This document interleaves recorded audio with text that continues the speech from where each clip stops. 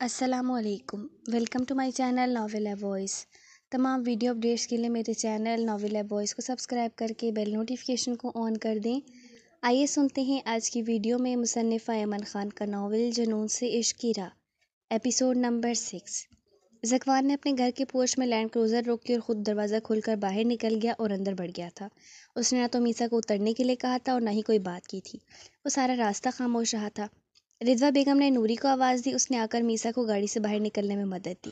اس وقت ان کو ذکوان خان پر انتہا کا غصہ آیا، لیکن وہ مجبور تھیں، ابھی کچھ کر بھی نہیں سکتی تھیں، اس لیے خاموشی میں ہی عافیہ جانی تھی۔ یمامہ فریش ہونے اپنے کمرے میں چلی گئی اور انہوں نے میسا کو ذکوان کے کمرے میں پہنچا دیا۔ بچے، ذکوان تھوڑا غصے کا تیز ہے پر دل کا برا نہیں ہے۔ ابھی شروع میں تمہیں تھوڑا مسئلہ ہوگا، لیکن پھر وقت کے ساتھ سب کچھ ٹھیک ہو جائے گا۔ دیکھو، میں جانتی ہوں کہ یہ جو کچھ بھی ہوا ایسے نہیں ہونا چاہیے تھا، لیکن اب ہو گیا ہے۔ تم بس کبھی صبر مت چھوڑنا۔ خدا آزماتا ضرور ہے پر انسان کو مایوس نہیں کرتا۔ ذکوان کے ساتھ تمہارا نکاح ہوا ہے بچے، اور نکاح کے دو بولوں میں بہت طاقت ہوتی ہے، اتنی کہ دو لوگوں کے دلوں کو ایک کر دیتی ہے۔ سمجھ رہی ہو نا؟ جی سمجھ گئی۔ شاباش، اب تم آرام کرو۔ وہ اس کا سر تھپکتی کمرے سے باہر نکل گئیں اور میسا اس کے کمرے کے جائزے میں محو ہو گئی۔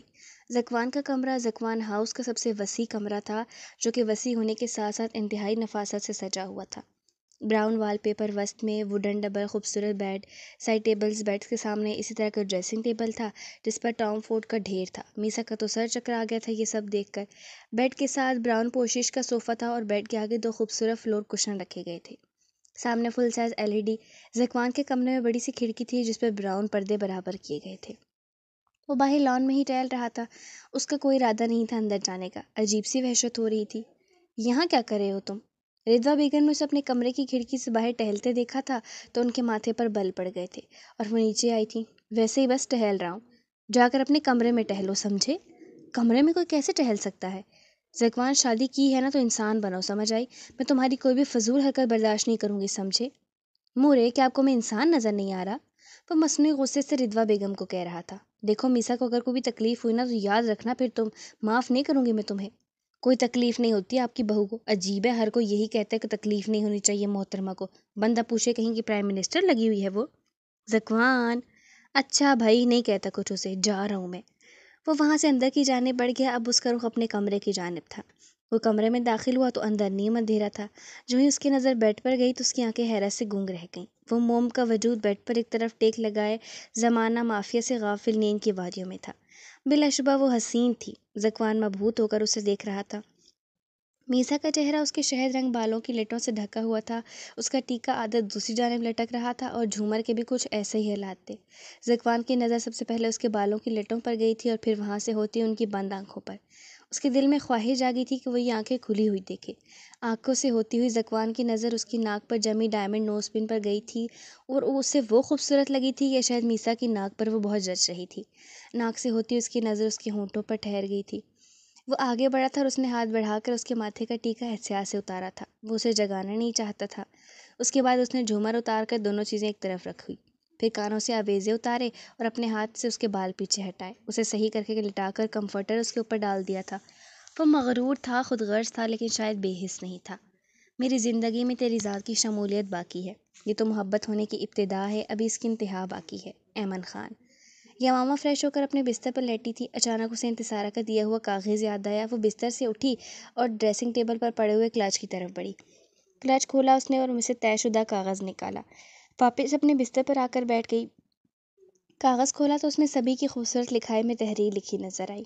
یمامہ، پتہ نہیں یہ بتانے کا لمحہ صحیح ہے کہ نہیں، یا مجھے انتظار کرنا چاہیے تھا، ایٹ لیسٹ تب تک جب تک ہماری شادی نہیں ہو جاتی۔ یقین جانو، اس دم مجھے بالکل بھی علم نہیں تھا کہ اس وقت تم بی بی کے کمرے میں ہوگی، لیکن میں نے تمہیں دیکھا تھا اور تب سے میں عجیب کیفیت کا شکار ہوں۔ مجھے لگا تھا کہ مجھے بتانا چاہیے تمہیں کہ میں تم سے کتنی محبت کرتا ہوں۔ تم کچھ دن حویلی میں نہیں آئی تھی تو عجیب لگتا تھا، حالانکہ میں نے تمہیں نہیں دیکھا تھا، پر تمہاری موجودگی مجھے تمہارے ہونے کا احساس دلاتی ہے۔ مجھے لگا کہ تمہیں پتہ ہونا چاہیے۔ میں نہیں جانتا کہ تمہارے دل میں کیا ہے، لیکن میں یہ چاہتا ہوں جب تم میری زندگی میں آؤ تو میری محبت اپنے دل میں لے کر آؤ۔ میں تم پر واجب نہیں کرتا کہ تم میری اس تحریر کا جواب دو، دل مانے تو جواب دے دینا، نہیں تو کوئی زبردستی نہیں ہے۔ مجھے انتظار رہے گا ان لمحوں کا جب تم میری زندگی میں شامل ہوگی۔ یاد رکھنا، میں نے کبھی تمہارے علاوہ کسی کو نہیں سوچا۔ سبھی۔ تحریر ختم ہو چکی تھی لیکن یمامہ ابھی بھی اس کے لفظوں میں تھی۔ یمامہ نے تو خود کبھی اس کے علاوہ کسی کو نہیں سوچا تھا۔ جب سے اسے پتہ چلا تھا وہ سبھی سے منسلک ہے، تب سے صرف اس نے اس کے بارے میں ہی سوچا تھا۔ وہ کاغذ ایک طرف رکھ کر خود نیند کی وادیوں میں چلی گئی۔ گہرے شام کے ان پردوں میں نے دل کو تمہارے نام کیا، آغاز کی اس پہلی منزل میں نے خود کو تمہارے نام کیا، ہے دل کو تیری چاہت اتنی، میں نے روح کو اپنی تیرے نام کیا، تم میری روح میں اترے اس طرح، ہر سانس کو اپنی تمہارے نام کیا۔ محجب کب سے انتظار کر رہا تھا کہ کوئی راستہ اسے نظر آئے، وہ انتصارہ سے بات کر پائے یا مل سکے، مگر جب سے میسا گئی تھی اس کی انتصارہ سے نہ تو کوئی بات ہوئی تھی اور نہ ہی ملاقات۔ وہ اسے مائیوں والے دن کا ملا ہوا تھا، اب اس کا شدت سے دل چاہ رہا تھا کہ وہ انتصارہ سے ملے۔ جب تک وہ اس سے نہیں ملتا صبر میں تھا، لیکن جب سے ملنا شروع کیا تھا اسے لگتا تھا کہ اس کا گزارا مشکل ہو رہا ہے، اسے ملے بغیر یا دیکھے بغیر۔ وہ تو سوچ رہا تھا کہ اب وہ کیا کرے۔ ابھی کمرے سے نکلا ہی تھا کہ درخت نے اسے کچن کی جانب دکھائی دی۔ وہ بھاگ کر درخت کی جانب لپکا۔ درخت نے سنو ذرا۔ جی خان جی، ایک کام کرو گی؟ جی خان جی، حکم۔ انتصارہ بی بی کے کمرے میں جا اور ان سے بولنا کہ میں ان کا انتظار کر رہا ہوں مہمان خانے کے برآمدے میں، جلدی ملے مجھ سے آ کر، اور تم اپنا منہ بند رکھنا، سمجھی؟ ورنہ پھر جانتی ہو تم مجھے۔ جی خان جی، میں سمجھ گئی، ابھی جاتی ہوں۔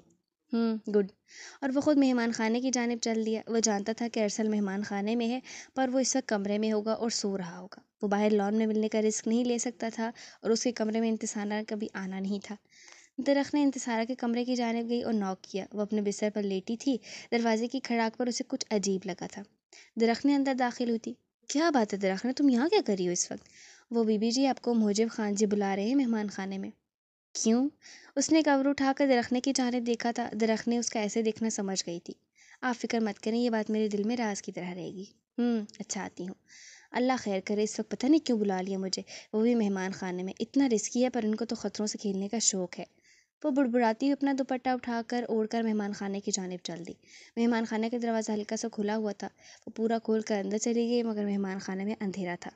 وہ مزید دبے پاؤں آگے بڑھ رہی تھی۔ برآمدے کے پلر شروع ہو چکے تھے لیکن محجب اسے کہیں بھی نظر نہیں آ رہا تھا۔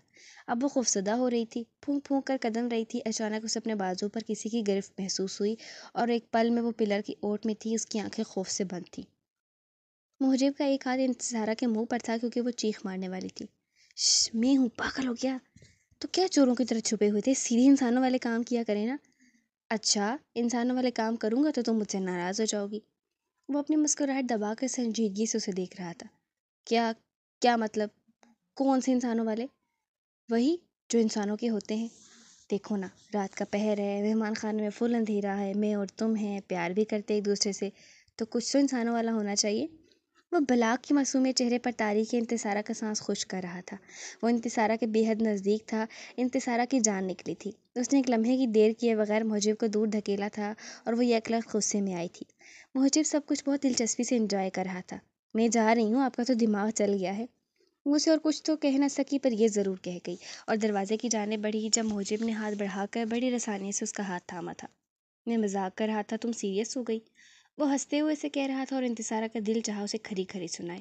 ایسا کبھی نہیں ہوگا انتصارہ، تم میری محبت سے پہلے عزت ہو اور اپنی عزت کو کیسے سنبھالنا ہے یہ محجب سنان خان اچھے سے جانتا ہے۔ مسٹر محجب سنان خان، اگر اپنی شان میں قصیدے پڑھ لیے ہوں تو بتائیں کہ کیوں بلایا تھا آپ نے؟ وہ دونوں بازو فولڈ کیے اس سے پوچھ رہی تھی۔ یہ دینے۔ اس نے اپنی پاکٹ سے خوبصورت ڈبیا نکالی اور کھول کر انتصارہ کے سامنے کی تھی۔ ڈبیا کھولی تو اندر ایک انتہائی خوبصورت بریسلیٹ تھا۔ انتصارہ کی تو پوری آنکھیں کھل گئی۔ کیسا لگا؟ یہ بہت پیارا ہے۔ آئی نو، اس لیے happy birthday to you my love. What? آپ کو کیسے پتا؟ یہ تو میں نے کبھی نہیں بتایا آپ کو۔ ہاں، جیسے آگے تو ساری باتیں بتاتی ہو نا تم مجھے۔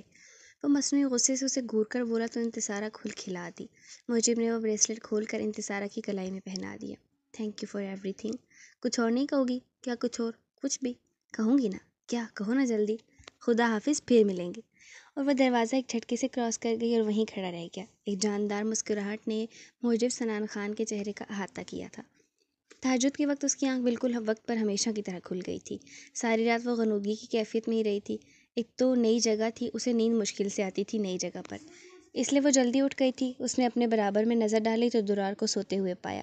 اس وقت اس کی مغرور آنکھیں بند تھیں، چہرے پر سکون تھا اور بھورے بال حسب معمول ماتھے پر بکھرے ہوئے تھے۔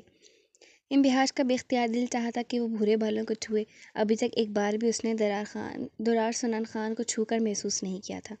اس نے اپنے دل میں ابھرنے والی خواہش کو دل میں بالکل دبانے کی کوشش نہیں کی تھی، کیونکہ وہ اس کے نکاح میں تھی، دونوں کے درمیان پاکیزہ رشتہ تھا، وہ اس پر اپنا حق سمجھتی تھی۔ اس نے بے اختیار ہاتھ آگے بڑھایا تھا، بس چند انچ کے فاصلے پر تھا وہ شخص جسے چھو کر محسوس کرنے کی خواہش انبہاج نے بچپن سے کی تھی۔ اس نے اپنے لرزتے ہاتھ اس کی جانب بڑھائے تھے اور پھر اس کے سفید مومی ہاتھ درار کے ماتھے پر ٹھہر گئے تھے۔ اس نے ہاتھ آگے بڑھا کر اس کے بال پیچھے ہٹائے، وہ ذرا سا کسمسایا تھا اور ساتھ میں انبہاج کی دھڑکنیں پل میں تیز ہوئی تھیں۔ اس نے فوری ہاتھ پیچھے ہٹائے اور نماز کے لیے اٹھ گئی تھی۔ واش روم سے باہر آنے کے بعد اس نے جائے نماز بچھائی اور 2 رکعت تہجد کے فرائض کی نیت باندھی تھی۔ نماز ادا کر کے اس نے اللہ کا شکر ادا کیا تھا جو کہ ہمیشہ کرتی تھی، اور اس میں معمول صبر مانگا تھا۔ اب تو اسے لگتا تھا جیسے اللہ نے اس کے صبر کی دعا بہت قریب ہو کر سنی ہے، اتنے قریب سے کہ اسے اپنا آپ صبر سے لبالب بھرا ہوا محسوس ہوتا تھا۔ نماز ادا کر کے اس نے جائے نماز فولڈ کی اور قرآن پاک لے کر واپس اپنی جگہ پر بیٹھ گئی اور پڑھنا شروع کیا۔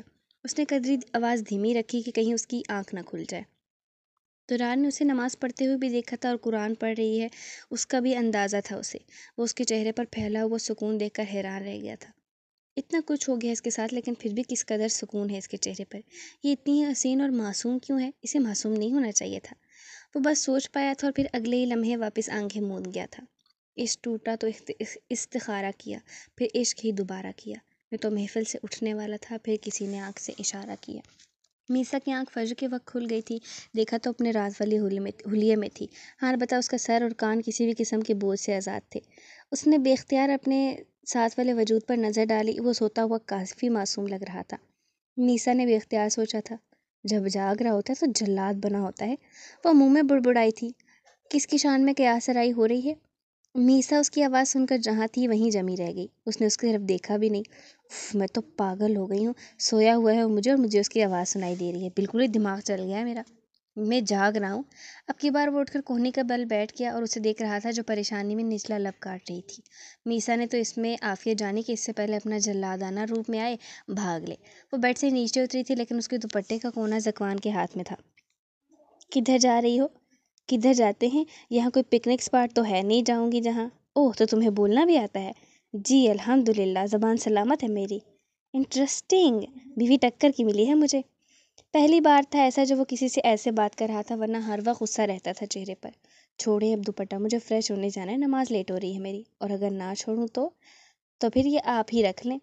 اس نے دوپٹہ شانے سے اتار کر اس کی جانب اچھالا اور خود اپنی میکسی سنبھالتے ہوئے واش روم کی طرف گئی۔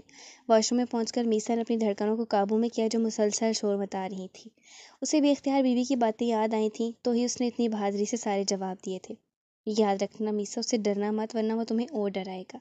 اب دیکھنا زکوان خان، تمہیں تمہارے ہی انداز سے جیتوں گی۔ آیا بڑا بیوی سے محبت کرنے والا، وہ صرف میرے لارا کی ہیں اور تم صرف میسا زکوان خان کے لیے اتارے گئے ہو۔ تمہیں میرا ہی ہونا تھا۔ کتنا پیارا لگتا تھا اس کے نام کے ساتھ زکوان کا نام۔ کچھ دیر میں وہ light orange frock green trouser کے ساتھ پہن کر دوپٹے کو نماز کے انداز میں لپیٹ کر باہر تھی۔ تب تک وہ واپس نیند میں جا چکا تھا۔ اس نے سر جھٹک کر جائے نماز بچھائی اور نماز ادا کر کی، فارغ ہو کر اپنے بالوں میں برش کیا، ہلکا سا کیچر میں قید کر کے دوپٹہ سر پر لے کر نیچے چلی گئی۔ دیکھا تو رضویٰ بیگم قرآن پاک پڑھ رہی تھیں۔ ارے اٹھ گئی بچے تم؟ جی پھوپھی جان، نماز پڑھنی تھی نا اس لیے، اور نماز کے بعد میں سوتی نہیں ہوں۔ اچھا، زکوان سو رہے ہیں ابھی؟ جی وہ سو رہے ہیں۔ اچانک میسا کی نظر رضویٰ بیگم کے ہاتھ پر گئی تھی جس کی پشت پر نیل کا نشان تھا۔ ارے پھوپھی جان، یہ آپ کے ہاتھ پر کیا ہوا ہے؟ ایک پل میں وہ گڑبڑائی تھی، یا شاید میسا کو ایسا محسوس ہوا تھا۔ وہ کچھ نہیں بچے، اس دن کچن سے باہر آنے لگی نا تو ایک دم بے دھیانی میں دروازے کا ہینڈل لگ گیا۔ ارے تو آپ احتیاط کیا کریں نا پلیز، اب سے آپ کچن میں نہیں جائیں گی، میں خود دیکھ لوں گی۔ وہ اس کی فکر پر مسکرائی تھیں۔ ابھی تو تم نئی نویلی دلہن ہو، ابھی سے تھوڑی نہ جانے دوں گی میں تمہیں کچن میں۔ اچھا آپ آرام کریں، میں تھوڑی دیر لان میں جا رہی ہوں۔ ہاں ضرور جاؤ، لیکن پچھلی طرف جانا، وہاں کوئی نہیں ہوتا، ورنہ تم ایسے ہی انکمفرٹیبل رہو گی۔ جی ٹھیک ہے پھوپھی جان۔ وہ ان سے اجازت لے کر باہر لان کی پچھلی طرف آ گئی، جہاں اسے ننگے پاؤں چلنا تھا اور سکون کو اپنے اندر اتارنا تھا، کیونکہ نکاح کے پیپر پر سائن کرتے ہوئے اسے جو خوف آ رہا تھا وہ اب انبہاج کے لفظوں سے زائل ہو چکا تھا۔ انتصارہ اٹھو جلدی۔ کیوں بھائی، کیا مصیبت آ گئی صبح صبح؟ شرم کرو انتصارہ، بولنے سے پہلے دیکھ تو لیا کرو کس کے سامنے مخاطب ہو۔ رحمہ بانو غصے سے اسے گھور رہی تھیں۔ او مورے آپ، سوری مجھے پتہ نہیں چلا، میں نے کہا شاید میسا ہوگی۔ میسا کہاں سے آئے گی، وہ تو اپنے گھر پر ہے۔ اوہ ہاں سوری، میں بھول گئی تھی۔ اب جلدی اٹھو، کچن میں آؤ، وہاں ناشتے کے تھال رکھے ہیں۔ انبہاج تو ہمارے ساتھ کرے گی، لیکن میسا کی طرف تمہیں اور پلوشے کو جانا ہے۔ اچھا اٹھ رہی ہوں، یہ تو میرے پیپر بھی سر پر آ گئے ہیں اور یہ شادی کے کام ہی ختم نہیں ہو رہے۔ تو پڑھ لیا کرو نا، نکمی تو ہو ایک نمبر کی، دھیان ہو تو پھر نا۔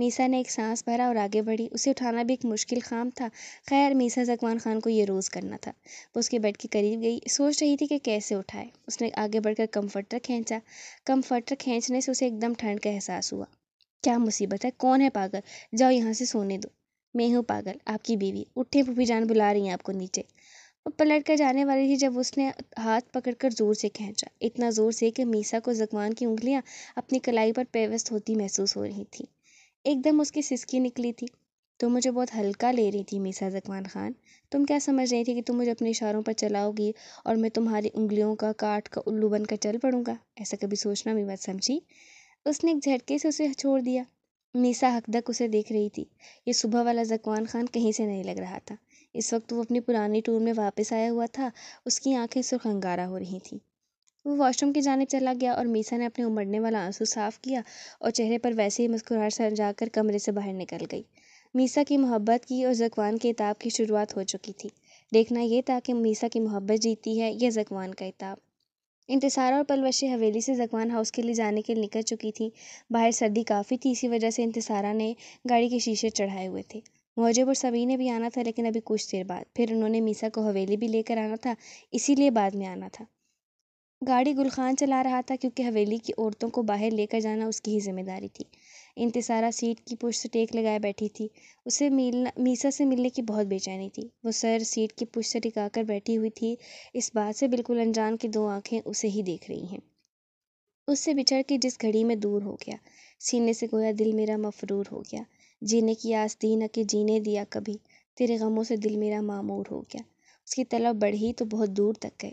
اظہار عشق سن کر وہ مغرور ہو گیا۔ وحشت اسی لیے میرے دل سے نہیں گئی، تیری کمی سوچ کر رنجور ہو گیا۔ ان کی گلی میں بیٹھ گیا ہوں میں آج جی کو جلانا تو اس کا دستور ہو گیا۔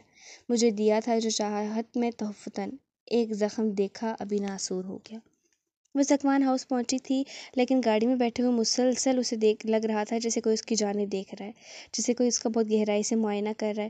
اسے کسی کی گہری اور تپتی ہوئی نظریں اپنے چہرے پر بار بار محسوس ہو رہی تھیں، لیکن اس کے پیچھے مڑ کر دیکھنے پر ایسا کچھ بھی نہیں ہوا تھا۔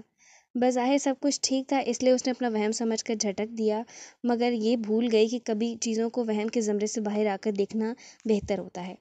گل خان نے ناشتے کے لوازمات سے بھرے ہوئے ٹوکرے اٹھائے تھے اور انہیں لے کر اندر کی جانب گیا تھا۔ انتصارہ اور پلوشیں بھی اپنے چہروں کو ڈھانپے اس کے پیچھے ہی داخل ہوئی تھیں، جہاں رضویٰ بیگم پہلے ہی ان کے استقبال کے لیے کھڑی تھیں۔ بخیر اگلے پھوپھی جان۔ دونوں نے بیک وقت رضویٰ بیگم کو سلام کیا تھا، جواب میں انہوں نے دونوں کو باری باری گلے لگایا تھا۔ آؤ نا بچے بیٹھو، کھڑی کیوں ہو؟ جی پھوپھی جان، میسا نظر نہیں آ رہی؟ ابھی یہیں تھی، بس اوپر گئی ہے اپنے کمرے میں، زکوان کو جگانے بھیجا ہے میں نے۔ وہ دونوں یمامہ کے ساتھ محو گفتگو تھی۔ انتصارہ اس سے آنکھوں ہی آنکھوں میں خط کے متعلق پوچھ رہی تھی، جس پر یمامہ کی نظر ایک بار پھر جھک گئی تھی۔ اتنی دیر میں میسا بھی سیڑھیوں سے آتی دکھائی دی۔ وہ اب حویلی جانے کے لیے تیار تھی۔ اس نے بھی بیوی جان کا دیا ہوا گیف فراک ہی پہنا تھا۔ شہد رنگ بالوں کو اس نے پشت پر کھلا چھوڑا تھا اور دوپٹہ سر پر ٹکایا ہوا تھا۔ ہلکی ہلکی جیولری میں وہ بہت خوبصورت لگ رہی تھی۔ میسا آ کر دونوں سے ملی تھی اور پھر ان کے پاس ہی بیٹھ گئی۔ اتنی دیر میں نوری ناشتہ لگنے کا کہنے آ گئی اور رضویٰ بیگم نے ان کو ناشتے کے لیے اٹھنے کو کہا۔ شیر خان اور زکوان کا ناشتہ ڈرائنگ روم میں لگا دیا، جبکہ وہ سب ڈائننگ روم میں آ گئی تھیں۔ وہ ناشتہ شروع کرنے والی تھیں جب نوری نے انہیں محجب اور سبھی کے آنے کی اطلاع دی تھی۔ یہ ماما کا نوالا توڑتا ہوا ہاتھ وہیں ساکت ہوا تھا۔ ایک دم اسے گزشتہ رات والا خط یاد آیا تھا اور اس کے چہرے پر مسکراہٹ آئی تھی۔ رضویٰ بیگم نے نوری کو ان دونوں کو ڈرائنگ روم میں بٹھانے کے لیے کہا اور ساتھ میں ان کا ناشتہ بھی وہیں لگوانے کے لیے کہا تھا۔ وہ تابعداری سے سر ہلاتی ہوئی وہاں سے چلی گئی اور وہ سب ناشتے میں مشغول ہو گئیں۔ انتصارہ معنی خیزی سے میسا کے چہرے کے اتار چڑھاؤ دیکھ رہی تھی، جبکہ میسا اس کو گھور کر رہ گئی۔ ناشتے سے فارغ ہو کر نوری محجب کا پیغام لے کر آ گئی تھی کہ اب انہیں چلنا چاہیے، اور انتصارہ نے میسا کو بولا تھا کہ پہلے وہ پھوپھی جان کی جانب چلے جائیں۔ کیا میں حویلی جاؤں پھوپھی جان؟ بچے مجھے کوئی اعتراض نہیں، ایک بار زکوان سے پوچھ لو، وہ کہیں برا نہ منا لے۔ جی پھوپھی جان۔ اس نے بول تو دیا تھا لیکن زکوان خان سے پوچھنا ایک بہت بڑا معمہ تھا جسے میسا زکوان خان کو پار کرنا تھا۔ وہ کیسے کرتی یہ اس کا درد سر تھا۔ وہ اپنی انگلیاں چٹکھاتی بے حد نروس انداز میں اپنے کمرے کی جانب بڑھی تھی۔ آتے وہ یمامہ کو کہہ کر آئی تھی کہ کسی طرح اپنے لالا کو کمرے میں بھیجے، اب وہ اس کا انتظار کر رہی تھی۔ دل حسب معمول اس کی موجودگی کے خیال سے زور سے دھڑک رہا تھا۔ کچھ دیر میں ہی اسے کمرے کا دروازہ کھلنے اور پھر قدموں کی چاپ سنائی دی۔ جو دل زور سے دھڑک رہا تھا ایک دم خاموش ہوا۔ زکوان نے اسے مخاطب نہیں کیا تھا۔ وہ خود پلٹی اور ساکت ہوئی تھی۔ وہ وائٹ شلوار قمیض میں ملبوس تھا، اوپر بلیک لیدر کی جیکٹ میں بالوں کو جیل سے سیٹ کیے اور ہونٹ بھینچے ہوئے مغرور گرے آنکھیں چمک رہی تھیں۔ کیا مسئلہ ہے؟ کیوں بلایا ہے مجھے؟ وہ ماتھے پر بل ڈال کر پوچھ رہا تھا اس سے، جس کے جواب میں میسا گڑبڑا گئی تھی۔ وہ ایک لفظ بھی نہیں بولی تھی، وہ بس زکوان کو دیکھ رہی تھی۔ اگر میرا ایکس رے کر لیا ہو تو بولو گی؟ اب اتنا فارغ نہیں ہوں جو تم پیغام بھجواتی پھر رہی ہو کہ میں ملوں تم سے آ کر۔ وہ مجھے حویلی جانا ہے، انتصارہ، پلوشے بھابھی اور لانا مجھے لینے آئے ہیں۔ اس نے بہت جھجکتے ہوئے اس سے وہ بات بول دی تھی جس کے لیے اس نے بلایا تھا۔ تو جاؤ، مجھ سے کیوں پوچھ رہی ہو؟ اس نے جواب اسی سرمہری اور بے رخی سے دیا تھا۔ پھوپھی جان نے بولا تھا، تم اس گھر میں میری مرضی سے نہیں آئی ہو تو یہاں جانے کے لیے بھی تمہیں میری مرضی کی ضرورت نہیں ہے، سمجھی؟ اس نے میسا کو بازو سے تھام کر یہ بات باور کرائی تھی۔ اس لمحے اسے میسا بہت خوبصورت لگی تھی، پر وہ مضبوط اعصاب کا مرد تھا جس نے دوستیاں تو شاید بہت سی عورتوں سے کی تھی مگر ان کے جسموں سے کبھی نہیں کھیلا تھا۔ میسا اس کی بات پر صرف سر ہی لا پائی تھی۔ صبح والی ہمت اور دلیری کہیں جھاگ کی طرح بیٹھ گئی تھی۔ وہ ایک بار پھر اپنی محبت کے سامنے بے بس ہوئی تھی، کیوں یہ خود بھی نہیں جانتی تھی۔ وہ بس حویلی جانے کے لیے نیچے اتر آئی تھی، وہ بالکل تیار تھی۔ وہ بے مقصد زنان خانے کے صوفے پر بیٹھی ہوئی تھی۔ وہ جانتی تھی آج اس کا رزلٹ آنا تھا، لیکن ایک دم اسے اپنے رزلٹ اور ڈگری میں کوئی دلچسپی محسوس نہیں ہوئی تھی۔ کیوں تھا ایسا؟ کیا واقعی میں اس نے درار کا نام جوڑتے ہی خود کو مار ڈالا تھا؟ کیا اس کی بچی ہوئی سانسیں دم توڑ گئی تھیں؟ وہ اسی طرح بیٹھی ہوئی تھی جب درخنے نے اسے درار کا پیغام دیا اور وہ اٹھ کر اپنے کمرے کی جانب چل گئی۔ پتہ نہیں اب کون سا عذاب تیار تھا اس کے لیے۔ وہ جب کمرے میں پہنچی تو وہ غصے سے چکر لگا رہا تھا۔ دروازے میں پہنچتے ہی اس نے گہرا سانس بھرا، پھر چہرے کو حتی الامکان سپاٹ بنا کر کمرے میں داخل ہوئی۔ درار اسی غصے سے اس کی جانب بڑھا تھا۔ کیا سمجھتی ہیں آپ خود کو؟ وہ اسے سوال پوچھ کر اس کے جواب کا منتظر تھا، لیکن وہ بدلے میں بالکل خاموش تھی۔ جب درار نے اس کے سامنے کچھ بولا تھا، اسے زیادہ تر خاموش ہی پایا تھا۔ وہ چپ رہتی تھی۔ وہ معصوم تھی یا بنتی تھی، درار سمجھ نہیں پا رہا تھا۔ کچھ بولیں گی اب کہ گونگی ہیں؟ وہ ایک بار پھر سے جھنجھلا گیا تھا۔ کیا بولوں؟ جواب اسی خاموش لہجے میں آہستہ سے کہا گیا تھا۔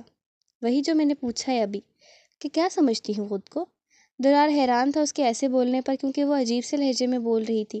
درار نے اس رات کے بعد اب اسے غور سے دیکھا تھا اور ہمیشہ کی طرح اس کی ہر سوچ کی نفی ہوئی تھی۔ وہ بہت حسین تھی، بے پناہ حسین۔ وہ ویل ایجوکیٹڈ، ہر لحاظ سے اس کے قابل تھی، پھر وہ کیوں انچاہی تھی؟ یہ سوال انبہاج کے نہیں، درار کے ذہن میں آیا تھا۔ وہ حسین ترین عورت کوئی اور نہیں، اس کی بیوی تھی۔ ایک دم سے اسے یہ بات یاد آئی تھی اور وہ اس کی طرف بڑھا تھا۔ اس نے انبہاج کے دونوں ہاتھ اپنے ہاتھوں میں تھامے تھے۔ وہ ان مومی خوبصورت سفید ہاتھوں کی لرزش واضح محسوس کر سکتا تھا اور ان کی ٹھنڈک بھی۔ بے ساختہ درار نے اپنے ہاتھوں سے اس کے ہاتھوں کو حرارت فراہم کرنے کی کوشش کی تھی۔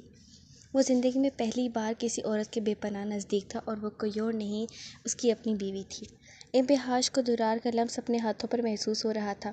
اس لمس کے لیے اس نے 15 سال انتظار کیا تھا۔ بے اختیار اس نے اپنی گہری سمندری آنکھیں بند کی تھیں۔ وہ اس لمس کو دل سے محسوس کرنا چاہتی تھی۔ وہ ایک لمحے کا لمس اس کے 15 سال پرانے زخموں کو ٹھنڈی پھوار فراہم کر رہا تھا۔ وہ نہیں جانتا تھا وہ ایسا کیوں کر رہا تھا۔ وہ تو اسے برا بھلا کہنا چاہتا تھا۔ بیوی جان نے اس کی اچھی خاصی کلاس لی تھی، حالانکہ انبہاج نے انہیں ایک لفظ بھی نہیں بولا تھا، پر اب وہ خاموشی سے اس کے ٹھنڈے ہاتھوں کو اپنے ہاتھوں میں لے کر حرارت فراہم کر رہا تھا، اور وہ پاگل اس کے عارضی لمس کو آنکھوں کے پپوٹے بند کر کے روح میں اتار رہی تھی۔ آج وہ ایک جملہ پھر سے دونوں کے درمیان حائل ہوا تھا، میں انبہاج کے بغیر نہیں رہ سکتا۔ درار نے ایک دم سے اس کے ہاتھ چھوڑے اور کمرے سے باہر نکل گیا تھا، اور وہ وہیں دم سادے آنکھیں بند کیے کھڑی تھی، جیسے ابھی اسی لمحے کے سحر میں ہی جکڑی ہو۔ اب تو وہ کبھی واپس آنا ہی نہیں چاہتی تھی۔ وہاں سے باہر کے شور نے اسے اپنی جانب متوجہ کیا اور وہ باہر کی جانب بڑھی تھی۔ وہ جو ہی باہر گئی اور سیڑھیاں اتر کر زنان خانے میں پہنچی، اسے سامنے سے میسا آتی ہوئی دکھائی تھی۔ اس کے چہرے پر بھی بالکل ویسی ہی مسکراہٹ تھی جیسے انبہاج کے چہرے پر تھی۔ بعض اوقات چند جملے کسی کو موت کے گھاٹ اتارنے کے لیے کافی ہوتے ہیں۔ وہ جدھر تھی ادھر ہی کھڑی رہی اور پھر اس نے میسا کو اپنی جانب آتے ہوئے دیکھا۔ اسی مسکراہٹ کے ساتھ بدلے میں ویسی ہی مسکراہٹ انبہاج نے بھی اسے دی۔ دونوں نے ایک ساتھ گہرا سانس بھرا تھا، جیسے کوئی مہم سر کر لی ہو، اور بات غلط بھی نہیں تھی۔ ایک پوری رات وہ ان دو مغرور مردوں کے کمروں میں ان کے برابر میں لیٹ کر گزار کر آئی تھیں۔ مہم تو سر ہوئی تھی اور دو بظاہر کمزور دکھنے والی عورتوں نے کی تھی، جن کے دل لبالب ان مردوں کی محبت سے بھرے ہوئے ہیں۔ میسا اس کے گلے لگی تھی۔ کیسی ہو؟ یہ انبہاج نے میسا سے پوچھا تھا۔ آج میں یہ نہیں پوچھوں گی کہ آپ کو کیسی لگ رہی ہوں، میسا نے اس کے چہرے پر کچھ کھوجتے ہوئے کہا تھا، جس پر انبہاج بے اختیار ہنسنے لگی تھی، اور میسا بھی اسے اس طرح ہنستے دیکھ کر قدرے حیران ہوئی تھی۔ جانتی ہو آج میں تمہارے اس سوال کا جواب دینے والی بھی نہیں ہوں۔ اچھا ہوا جو تم نے پوچھا بھی نہیں۔ کیوں؟ اس کا سوال بے ساختہ تھا، کیونکہ میرا پڑھایا ہوا سبق تمہیں یاد ہے اس لیے۔ وہ بڑے سکون سے کندھے اچکا کر بولی اور اس کے پاس بیٹھ گئی۔ اتنی دیر میں سب عورتیں اس کے پاس جمع ہو گئی تھیں۔ پیر بیگم تو انہیں چوم چوم کے نہیں تھک رہی تھی، اور ایک مسکراہٹ تو بی جان کے چہرے پر بھی آئی۔ کہیں نہ کہیں انہیں قربانی کامیاب ہوتے ہوئے دکھ رہی تھی، مگر شاید یہ ان کی نظر تھی۔ سچ کیا تھا اور زندگی کیا کرنے والی تھی، یہ تو وہ خود بھی نہیں جانتی تھی۔ محبت ایک سہارا تھا جسے لینے کی کوشش کی، محبت ایک کنارہ تھا جہاں جانے کی کوشش کی۔ بے بسی کی انتہا دیکھیے، نہ کنارہ ملا نہ سہارا ملا، تیری جستجو میں آ کر بس درد کا گہوارہ ملا۔ ایمن خان۔ سوات سے تھوڑا آگے وہ معالم جبہ کا ایک علاقہ تھا جہاں بہت ہی خوبصورتی سے گھر بنایا گیا تھا۔ گھر کی حالت بہت اچھی تھی، اس کی حالت وہاں پر رہنے والے مکینوں کا شوق اور ذوق بخوبی بتا رہی تھی۔ پر اس گھر میں رہنے والے نفوس کیسے تھے، اس کا اندازہ لگانا تھوڑا سا مشکل کام تھا۔ حال کمرے میں بڑی سی کھڑکیاں تھیں جن کے پردے برابر کر رکھے تھے، فضا میں ہلکی ہلکی خنتی تھی، اور پردوں کے برابر ہونے کی وجہ سے سورج کی ناکام کرنیں ہال کمرے میں داخل ہونے کی کوشش کر رہی تھیں۔ کام کہاں تک پہنچا؟ اس نے سگریٹ سلگھا کر اس کا دھواں فضا میں چھوڑتے ہوئے کہا تھا۔ شروع کر دیا، فکر مت کریں، جلدی کوئی خاطر خواہ نتائج آپ کے سامنے آئیں گے۔ وہ ان کے سامنے ٹانگ پر ٹانگ رکھ کر بڑے ریلیکس انداز میں بیٹھا ہوا تھا۔ دیکھو فودیل خان، میں نے بہت بھروسے اور اعتماد کے بعد تم پر یہ کام ڈالا ہے، میں نہیں چاہتا تم مجھے مایوس کرو۔ بابا جان کیسی بات کرتے ہیں آپ، میں آپ کو کیسے مایوس کر سکتا ہوں؟ 30 سال کوئی کم عرصہ نہیں تھا جو میں نے سسک سسک کر آگ میں گزارا ہے۔ سردار اشمل خان نے مجھ سے میری واحد خوشی بھی چھین لی تھی، اب اسے پتہ چلے گا خالی ہاتھ رہ جانا آخر کہتے کسے ہیں۔ اس نے ایک بار پھر سگریٹ کا گہرا کش لگا کر دھواں فضا میں چھوڑا تھا اور آنکھیں موند لی تھی۔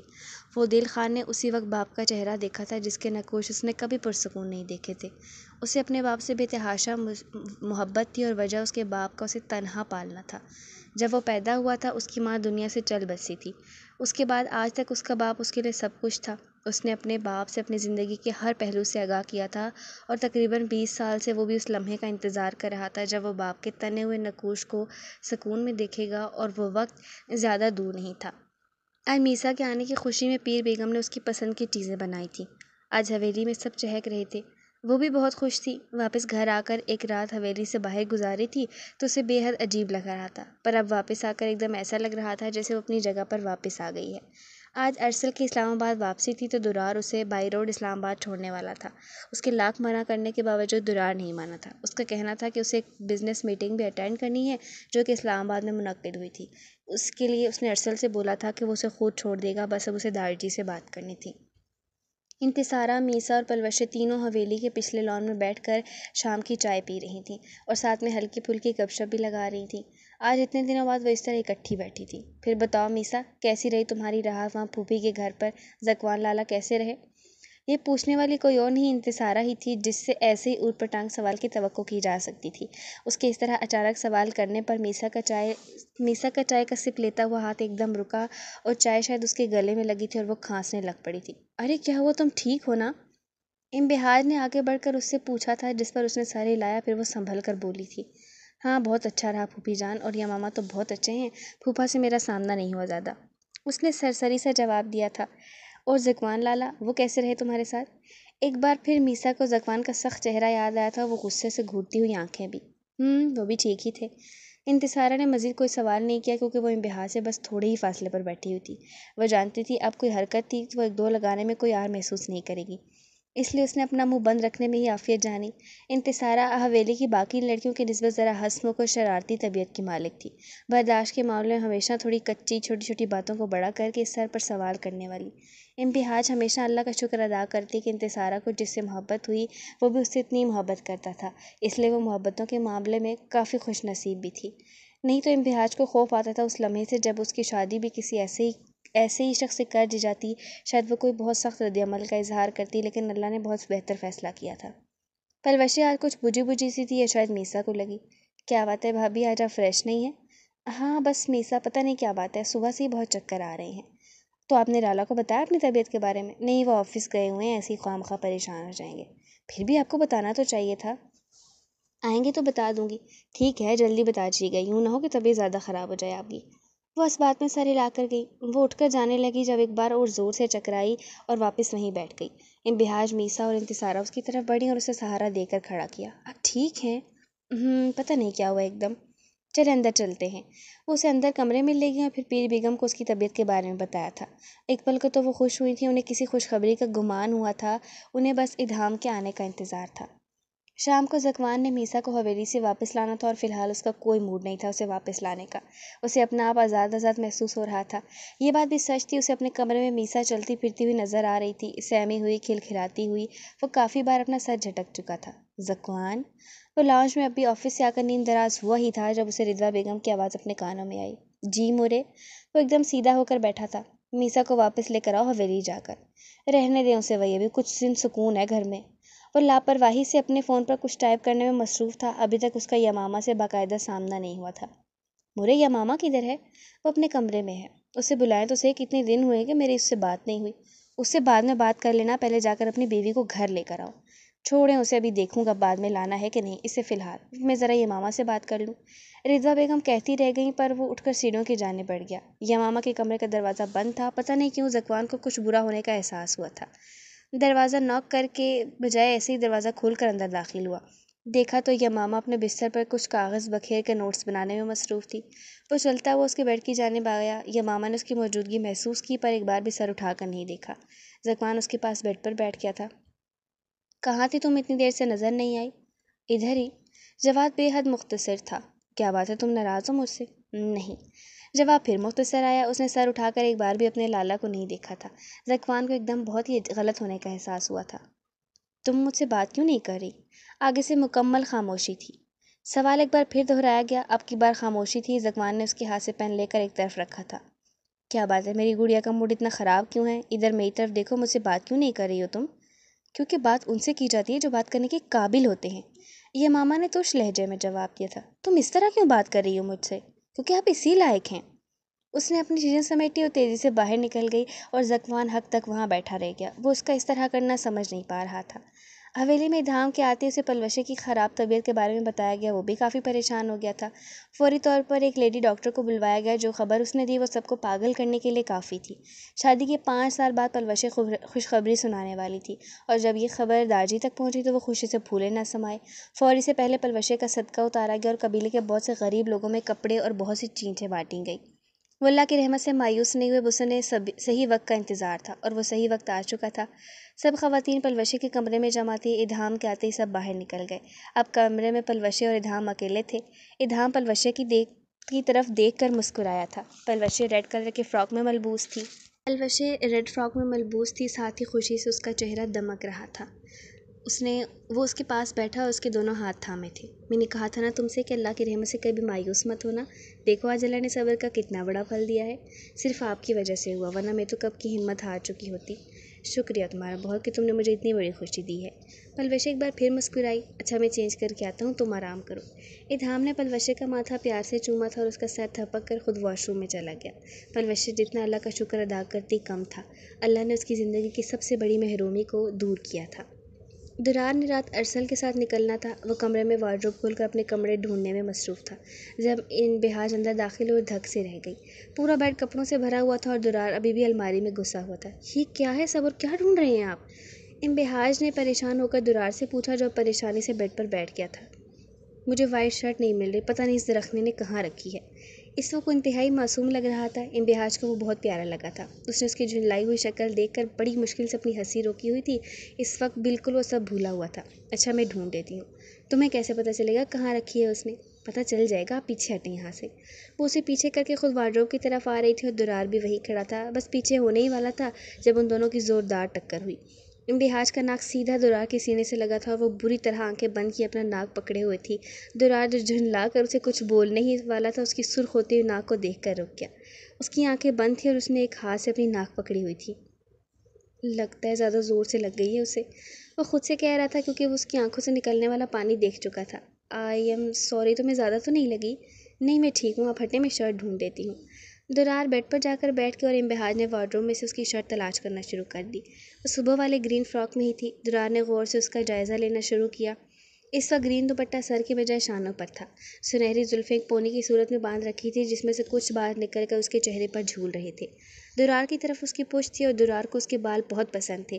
پہلی دفعہ اس نے اس کے دوپٹے سے جھانکتے ہوئے سنہری بال ہی دیکھے تھے۔ پہلی بار بھی وہ اسے بہت پسند آئے تھے، اور جب جب وہ دیکھتا تھا اسے پسند آتے تھے۔ یہ لے۔ امتحان نے شرٹ اس کی طرف بڑھائی، درار کی محویت کو توڑا۔ اس نے شرٹ پکڑی اور لے کر واش روم میں لے جانے لگا جب اسے امتحان کی آواز آئی، اور یہ سب کون سمیٹے گا؟ تم۔ جواب سادگی سے دیا گیا تھا اور اس نے غور ہی نہیں کیا تھا کب درار نے اسے آپ سے تم کہنا شروع کیا تھا۔ اجنبیت کی دیوار گرنی شروع ہوئی تھی۔ فتح کی طرف امتحان کا پہلا قدم اٹھا تھا اور وہ شرمساری سے وہاں کھڑی رہی۔ خوبصورت مسکراہٹ اس کے نابی لبوں پر رقصہ کی۔ اس نے پھیلے ہوئے کپڑے سمیٹنے شروع کیے تھے۔ ذکوان یمامہ کے کمرے سے واپس آ کر صحیح معنوں میں پریشان ہوا تھا۔ اسے سمجھ میں نہیں آ رہا تھا آخر یمامہ اس سے اتنی زیادہ ناراض کیوں ہے۔ اس نے وجہ پوچھی لیکن یمامہ نے بدلے میں کوئی جواب نہیں دیا تھا۔ وہ بہت پریشان ہوا تھا، بار بار اسے یمامہ کا تو چہرہ یاد آ رہا تھا۔ آخر کس وجہ سے اس کے ساتھ وہ یوں بیہیو کر رہی تھی؟ کیا اس کی وجہ میسا تھی؟ کہیں میسا نے یمامہ کو کچھ بتایا تو نہیں جس کی وجہ سے وہ یوں بیہیو کر رہی تھی؟ خان جی، نوری دروازہ نوک کرتی ہوئی ذکوان کے کمرے میں داخل ہوئی تھی۔ ہاں بولو، کیا پرابلم ہے؟ وہ آپ کو بڑی بیوی بلا رہی ہیں۔ اچھا تم جاؤ، میں آتا ہوں۔ وہ سر ہلا کر واپس چلی گئی اور وہ سوچ میں پڑ گیا مجھے اب کیوں بلا رہی ہیں۔ وہ فریش ہو کر نیچے لاؤنج میں ان کی بات سننے آیا۔ دیکھا تو رضویٰ بیگم اور شیر خان دونوں لاؤنج میں بیٹھے ہوئے تھے۔ شیر خان چائے پی رہے تھے اور ساتھ ٹی وی دیکھ رہے تھے، جبکہ رضویٰ بیگم نوری کو کچھ ہدایت نامے جاری کر رہی تھی۔ جی مورے، بلایا مجھے آپ نے؟ ٹائم دیکھا ہے کیا ہو رہا ہے؟ تم ابھی تک میسا کو لینے حویلی نہیں گئے، فون بھی نہیں ہے اس کے پاس، بیچاری پریشان ہو رہی ہوگی۔ تم پتہ نہیں اس طرح غیر ذمہ داری کا ثبوت کیوں دیتے ہو؟ مورے، کیا آپ کو میری خوشی چبھ رہی ہے؟ دیکھ نہیں رہی ہے کہ میں کتنا خوش ہوں اس کے نہ ہونے سے؟ ذکوان پلیز مجھے بار بار مجبور مت کیا کرو کہ میں سخت رویہ اپناؤں تمہارے ساتھ۔ اگر وہ کہہ رہا ہے نہیں لے کر آنا اس نے تو تم کیوں زیر دو رہی ہو اس پر؟ جب لے کر آنا ہوگا لے آئے گا۔ شیر خان کب سے رضویٰ بیگم کی بات سن رہے تھے، آخر کو بول پڑے اور ان کا لہجہ انتہائی سخت تھا، جس پر رضویٰ بیگم تو خاموش ہو کر سب اس کے گھونٹ بھر کر رہ گئیں، جبکہ ذکوان جزبز ہو گیا کہ اس کی وجہ سے اس کے بابا جان اس کی مورے کو ڈانٹ رہے تھے۔ نہیں بابا، میں بس جا ہی رہا تھا اسے لینے، وہ تو میں مورے کو ایسے ہی کہہ رہا تھا۔ نہیں بچے، اگر تم نہیں لینے جانا چاہتے ہو تو مت جاؤ۔ نہیں بابا جان، میں بس جا ہی رہا ہوں۔ وہ مزید کوئی بات کے بغیر اٹھ کر اپنے کمرے میں آ گیا۔ اب اسے میسا کو لینے حویلی جانا تھا۔ وہ واش روم کی جانب بڑھا، کچھ ہی دیر میں فریش ہو کر واش روم سے باہر تھا۔ ڈارک براؤن ڈریس پینٹ کے ساتھ آف وائٹ شرٹ میں ملبوس براؤن لیدر کی جیکٹ پہنے، بالوں کو حسب عادت جیل سے سیٹ کر کے خود پر اچھے سے ٹام فورڈ اسپرے کیا اور کلائی میں گھڑی پہن کر پورچ میں کھڑی لینڈ کروزر کی جانب آیا اور گارڈ کو گیٹ کھولنے کا بول کر خود اس نے گاڑی سٹارٹ کر دی۔ اب اس کا رخ حویلی کی جانب تھا۔ میسا شام سے انتظار کر رہی تھی کہ ذکوان اسے لینے کے لیے آئے گا، پر اب کافی ٹائم ہو گیا تھا، لیکن ذکوان اسے لینے نہیں آیا تھا۔ اب تو وہ مایوس ہو گئی تھی۔ وہ اسی طرح اپنے کمرے میں بیٹھی ہوئی تھی جب درار دروازہ نوک کر کے اندر داخل ہوا۔ میسا جو بیڈ گراؤنڈ سے ٹیک لگائے بیٹھی تھی، ایک پل میں سیدھی ہوئی تھی۔ ارے لالا، آپ آئیے نا پلیز، کھڑے کیوں ہیں؟ درار نے ایک پل میں ایک چھوٹی سی بہن کا چہرہ دیکھا تھا۔ ایک ہی دن میں اسے اپنی عمر سے کہیں بڑی لگی۔ وہ ایک رسمی مسکراہٹ سے جا کر اس کے قریب بیٹھ کر اور پوچھا، کیسی ہو؟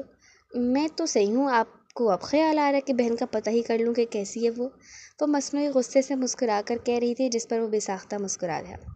بس بہت کام تھے آج، میں بہت بیزی تھا، ابھی کچھ دیر پہلے فری ہوا تو سیدھا تمہارے پاس ہی آیا ہوں۔ تم بتاؤ ذکوان ٹھیک رہا نا تمہارے ساتھ؟ اس نے کوئی الٹی حرکت تو نہیں کی؟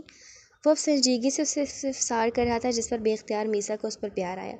وہ تھوڑا آگے ہو کر اس کے سینے سے لگی اور وہ ایک دم پریشان ہو گیا۔ کیا بات ہے بچے، سب ٹھیک ہے نا؟ وہ فکر مندی سے اس سے پوچھ رہا تھا، ساتھ میں اس کے بال بھی سہلا رہا تھا۔ جی لالا، سب ٹھیک ہے، اس نے جواب بہت سرسری سا دیا تھا۔ تم اب مجھے پریشان کر رہی ہو، بتاؤ ٹھیک ٹھیک کیا ہو گیا لالا؟ آلویز ریممبر کہ میں درار سنان خان کی بہن ہوں۔ ذکوان خان تو کیا کسی کی جرت نہیں ہے کہ وہ مجھے کچھ کہہ دے، میں دیکھ لوں گی اسے۔ اس کی بات سن کر بے اختیار درار ہنسا تھا۔ واؤ، میری دبو سی بہن اتنی بڑی بڑی باتیں کیسے کر رہی ہے؟ لالا مجھے دبو کیسے بول سکتے ہیں؟ آپ جانتے ہیں میں بہادر ہوں۔ جی لالا کی جان، لالا جانتے ہیں آپ بہت بہادر ہیں۔ اچھا یہ بتاؤ، وہ تمہارا بغیر شور آیا نہیں ابھی تمہیں لینے؟ لالا، میسا نے درار کو آنکھیں دکھائی تھی۔ میں اپنے شوہر کے بارے میں کچھ نہیں سنوں گی، سمجھے آپ؟ وہ منہ بنا کر اسے باور کروا رہی تھی۔ اچھا بھائی، سوری، میں بھول گیا تھا تم ایک رات اس کے گھر رہ کر آئی ہو، وہ بس آتے ہی ہوں گے۔ وہ مسکرا کر اسے بتا رہی تھی، جو ابھی تھوڑی دیر پہلے موجب اسے ذکوان کے فون کے بارے میں بتا کر کیا تھا، تب سے وہ تھوڑی مطمئن ہوئی تھی۔ اچھا اب تم پھر تیار ہو، میں چلتا ہوں۔ وہ اس کا ماتھا چوم کر باہر نکل گیا اور وہ گہرا سانس بھر کر رہ گئی۔ اب تو وہ آنے والا تھا اور پھر سے اس کے گھر جانا تھا، پھر سے وہی کچھ، پھر سے وہی برداشت کا سفر شروع ہونا تھا۔ زندگی کیوں اتنے امتحان لیتی ہے، لیکن انسان اس زندگی کے سامنے بے بس ہو جاتا ہے۔ محبت ایک گہری کھائی کی طرح ہوتی ہے، جس کے اندر انسان گر جائے تو واپسی کے سارے راستے پل میں بند ہو جاتے ہیں، اور میسا اس کھائی میں بہت دور تک آگے جا چکی تھی، جہاں صرف اندھیرا تھا اور فی الحال اسے روشنی کی کوئی کرن دکھائی نہیں دے رہی تھی۔ تقریباً رات 8 بجے ذکوان خان میسا کو لینے کے لیے حویلی پہنچا تھا۔ سب نے بہت اچھے سے اس کا خیر مقدم کیا تھا اور اس کے لاکھ منع کرنے کے باوجود دارجی نے مردان خانے میں پرتکلف کھانا لگوایا تھا اور سب نے اکٹھے بیٹھ کر کھانا کھایا تھا۔ درار وہاں بیٹھنا نہیں چاہ رہا تھا، پر دارجی کے غصے سے ڈر کر وہ مردان خانے میں کھانے میں شریک ہوا تھا۔ کھانے کے بعد ذکوان نے اجازت مانگی تو دارجی نے گلبانوں سے کہہ کر میسا کو باہر بلوانے کے لیے کہا تھا، جس پر وہ زنان خانے میں میسا کو بلانے آئی تھی۔ بی بی جان، وہ دارجی نے بولا کہ میسا بی بی باہر آ جائیں، ذکوان خان جی جانے کے لیے تیار ہیں۔ اس کی بات سن کر میسا نے درخنے سے اپنی چادر منگوائی اور خود کو اچھے سے چادر میں چھپا لیا اور چہرہ بھی چادر سے ڈھک کر وہ حویلی کے پوش میں آ گئی، جہاں ذکوان پہلے سے ہی گاڑی میں اس کا انتظار کر رہا تھا۔ میسا کے آتے ہی اس نے فرنٹ ڈور کھول دیا۔ میسا اپنی چادر سنبھال کر فرنٹ سیٹ پر ذکوان کے برابر بیٹھی اور ذکوان نے گاڑی سٹارٹ کر دی اور زن سے حویلی کا آہنی گیٹ عبور کر گیا۔ کل کی نسبت آج وہ اس کے ساتھ قدرے پرسکون تھی، چہرہ اس نے ڈھانپا ہوا ہی تھا۔ ذکوان خاموشی سے گاڑی ڈرائیو کر رہا تھا۔ رات کے 9 بجے سوات کی مین شاہراہ پر گاڑی کا کافی رش تھا۔ ٹریفک میں پھنسی ہوئی گاڑیاں ذکوان ٹریفک کی وجہ سے ہمیشہ جھنجلاتا تھا۔ کیا مصیبت ہے، پتہ نہیں اس ٹریفک کو کیا پرابلم ہو گئی ہے اس وقت۔ وہ جھنجلا کر منہ میں بڑبڑا رہا تھا۔ میسا خاموشی سے اس کی بڑبڑاہٹ سن رہی تھی۔ اچانک میسا کی نظر سڑک کی طرف کھڑے آئس کریم والے پر پڑی۔ بے اختیار میسا کا دل آئس کریم کھانے کو چاہا۔ اس نے آج تک کبھی بھی اس طرح سڑک پر سے آئس کریم نہیں کھائی تھی، ورنہ حویلی میں تو ہمیشہ وہ محجب سے ہی آئس کریم منگوا لیا کرتی تھی۔ اس نے ایک نظر غصے سے ذکوان کے بھرے چہرے پر ڈالی، سوچا کیوں نہ کہیں جلاد غصہ ہی نہ کرنے لگ جائے۔ وہ عجیب کشمکش میں پڑ گئی۔ آئس کریم کھانے کے لیے اس کا دل بھی للچا رہا تھا۔ اس نے ہمت کر کے اس سے کہنے کا فیصلہ کر ہی لیا، سنیں۔ ذکوان نے سامنے سے نظر ہٹا کر اس کی جانب سوالیہ نظروں سے دیکھا۔ مجھے وہ آئس کریم کھانی ہے، اس نے ایک ہی سانس میں روانی سے بول دیا۔ ذکوان نے اس کی انگلی کے تعاقب میں دیکھا۔ روڈ کے سائڈ پر ایک آئس کریم والا کھڑا تھا۔ اس وقت اس ٹریفک میں تمہیں آئس کریم کھانی ہے؟ وہ گہرا سانس بھر کر اس سے کہہ رہا تھا۔ پلیز، اس نے انتہائی معصوم شکل بنا کر اس سے کہا تھا۔ اچھا رکو، لے کر آتا ہوں، وہ اسے کہہ کر گاڑی سے اتر گیا اور آئس کریم والے کی طرف چل دیا۔ میسا نے بے اختیار شکر ادا کیا کہ اس نے کچھ کہے بغیر چپ چاپ اس کی بات مان لی۔ کچھ ہی دیر میں ذکوان واپس آتا دکھائی دیا۔ اس کے ہاتھ میں 2 آئس کریم کی کون تھی۔ دیکھو ذرا، تم اس وقت اس ٹریفک میں آئس کریم کھاؤ گی، وہ اس کی نقل اتارتے ہوئے کہہ رہی تھی، اور خود اپنی بھی لے کر آیا ہے، ساتھ خود کا بھی دل تھا، ملبہ سارا مجھ پہ ڈال دیا۔ میسا صرف سوچ کر رہ گئی، کیونکہ ذکوان گاڑی تک پہنچ چکا تھا اور اب میسا کو ڈرائیونگ سیٹ کا دروازہ کھولنے کا اشارہ کر رہا تھا۔ میسا نے آگے بڑھ کر دروازہ کھولا تو وہ آئس کریم کی دونوں کون اسے پکڑا کر خود اندر بیٹھ گیا۔ میسا نے ایک کون اسے پکڑا دی۔ ذکوان نے اپنی کون میں سے آئس کریم کھائی اور میسا کی جانب دیکھا، جو ابھی بھی آئس کریم ایسے ہی ہاتھ میں پکڑے ہوئے بیٹھی تھی۔ کیا ہوا، کھا کیوں نہیں رہی اب؟ کیسے کھاؤں؟ اس نے اپنی چادر سے ڈھانپے ہوئے چہرے کی طرف اشارہ کیا۔ ذکوان نے میسا کی سائیڈ کی ونڈو کے پار دیکھا، ساتھ کافی گاڑیاں تھیں اور کافی لوگ بھی۔ ذکوان کی سائیڈ والی ونڈ اسکرین بلیک تھی۔ تم ایسا کرو، یہ چہرے سے چادر ہٹاؤ اور رخ میری جانب کر کے بیٹھو۔ اچھا، یہ پکڑی۔ اس نے آئس کریم ذکوان کو پکڑائی اور خود اس کی جانب رخ کر کے بیٹھ گئی اور آئس کریم اس کے ہاتھ سے تھام کر چادر ہٹا لی۔ ذکوان نے اس وقت اس کے چہرے کی جانب دیکھا تھا۔ صاف شفاف بغیر میک اپ کے چہرہ، ڈائمنڈ نوز پن چمک رہی تھی۔ ذکوان نے اپنا چہرہ سامنے کی جانب کر لیا۔ جب تک ان دونوں کی آئس کریم ختم ہوئی تب تک ٹریفک بھی کھل چکی تھی۔ ذکوان نے ٹیشو سے ہاتھ صاف کیا اور گاڑی سٹارٹ کر دی۔ تب تک میسا بھی آئس کریم ختم کر کے چہرہ ڈھانپ چکی تھی۔ اس کا رخ اب ذکوان ہاؤس کی جانب تھا۔ میری ذات کا یہ جو مان ہے، تیری ذات کا وہ بخشا ہے۔ میری زندگی جو بے نام تھی، اسے تیرے نام کر دیا ہے۔ میرا وجود تیرا تھا کل بھی، آج بھی یہ تیرے نام ہے۔ کل بھی دل دھڑکتا تھا تیرے نام پر، آج بھی یہی حال ہے۔ وہ جو تو نظر نہیں کرتا مجھ پر، یہ میرے صبر کا امتحان ہے۔ کل بھی عشق تجھ سے تھا، آج تو یہ ایک مکمل داستان ہے۔ ایمن خان۔ یمامہ کو ذکوان کے سامنے ایسے کر کے حقیقی معنوں میں تکلیف کا احساس ہوا تھا، پر جب اسے وہ رات یاد آتی تھی، نہ ذکوان سے اس کی نفرت میں اضافہ ہو جاتا تھا۔ آخر لالا، آپ نے ایسا کیوں کیا؟ کتنا آئیڈیلائز کیا میں نے آپ کو، اور آپ نے کیا کیا؟ آگے سے آپ کے نزدیک ایک عورت کی کوئی عزت نہیں ہے، کوئی مان نہیں ہے۔ جو آپ نے کیا نا لالا، میں اس لیے کبھی معاف نہیں کروں گی آپ کو۔ آنسو کی جھری اس کی آنکھوں سے بہہ رہی تھی۔ اس کا اکلوتا بھائی تھا جس سے وہ بات تک نہیں کر رہی تھی۔ اندر سے بے حد تکلیف کا احساس ہو رہا تھا۔ اس نے پاس پڑی ہوئی رائٹنگ پیڈ اٹھایا اور خط کا جواب لکھنے کے بارے میں سوچنے لگی، کیونکہ اسے لگا تھا اس سے سبھی کے خط کا جواب دینا چاہیے۔ جلد یا بدیر اس کی شادی تو اس سے ہی ہو رہی ہے نا، تو کیوں نہ پہلے ایک دوسرے کو سمجھ ہی لیا جائے۔ اس نے پین اٹھا کر لکھنا شروع کیا۔ میں نہیں جانتی یہ محبت کیا ہوتی ہے اور کس طرح ہوتی ہے، لیکن یہ لفظ اپنی زندگی میں بہت بار سن چکی ہوں اور اس کے بہت بھیانک روپ بھی دیکھ چکی ہوں۔ اس لیے میں نہیں جانتی کہ مجھے آپ سے محبت ہے کہ نہیں، پر میں آپ کی بہت عزت کرتی ہوں اور بچپن سے آپ کے نام کے ساتھ اپنا ہی نام سنتی آ رہی ہوں۔ میں نے اپنی زندگی میں آپ کے نام کے علاوہ اپنے ساتھ کوئی نہیں سوچا اور نہ ہی کوئی شخص تصور کیا۔ میں بس اتنا کہوں گی کہ میں ہمیشہ آپ کی وفادار رہوں گی اور آپ کے پاس اپنے دل میں آپ کی عزت، مان اور بے حد انسیت لے کر آؤں گی، جو شاید محبت سے بہت آگے ہوگی۔ آپ سے درخواست ہے اپنے دل میں میری محبت ہمیشہ اسی طرح رکھیے گا، یمامہ۔ اس نے خط کا اختتام کر کے اسے طے کر کے سائڈ ٹیبل کی دراز میں رکھا۔ اب اسے انتظار تھا وہ کب حویلی جائے گی اور یہ خط وہ انتظارہ کو دے گی کہ وہ سبھی تک پہنچ جائے گی۔ اس نے خط دراز میں رکھ کر ایک گہرا سانس بھرا اور اپنے کمرے کی کھڑکی میں آ کھڑی ہوئی، جہاں سے زکوان ہاؤس کا مین گیٹ اور اس کے باہر کا منظر صاف دکھائی دیتا تھا۔ اس کی نظر زکوان کی لینڈ کروزر پر پڑی جو باہر کھڑی ہارن بجا رہی تھی، جس کا مطلب تھا وہ میسا کو لے کر واپس آ گیا تھا۔ اس کی گاڑی اب گھر کے اندر داخل ہو رہی تھی کیونکہ چوکیدار نے گیٹ کھول دیا تھا۔ گاڑی میں سے میسا پہلے اتری، وہ اندر کی جانب آ گئی جبکہ زکوان چوکیدار کو کچھ کہہ رہا تھا۔ ایک اپنی بیوی کو خوش نہیں رکھ سکتے، چلے ہیں بہن کی ناراضگی دور کرنے، اس نے تمسخر سے سوچا تھا اور سردی کے خیال سے کھڑکی بند کرتی ہوئی واپس اپنے بستر پر آ گئی تھی۔ وہ آج ایک بار پھر زکوان خان کو دیکھ کر ضبط کے گھونٹ بھر کر رہ گیا تھا۔ اسے اس رات والی ساری باتیں پھر سے یاد آ گئی تھیں۔ وہ جب ان باتوں کو سوچتا اسے ایسا لگتا تھا جیسے اسے کوئی زہریلی چیز ڈنک مار رہی ہو، کیونکہ وہ شخص جس کے بارے میں وہ سب باتیں کر رہا تھا وہ کوئی اور نہیں، اب اس کی بیوی تھی، اور دراز جیسے انسان کے لیے کسی غیر مرد کے منہ سے اپنی بیوی کا نام سننا ہی مرنے کے مترادف تھا۔ اچانک جو چیز اس کے ذہن میں آئی تھی وہ اپنا ایک ہفتے کے لیے اسلام آباد جانا تھا، جو کل صبح اسے نکلنا تھا۔ وہ رات کو اس وقت لان میں چکر لگا رہا تھا اور ساتھ میں زکوان کے لیے اپنا غصہ، اپنی فرسٹریشن کو کم کرنے کی کوشش بھی کر رہا تھا، کیونکہ وہ اس کی بہن کا شوہر تھا اور وہ اسے اس حوالے سے عزت دینے پر مجبور تھا۔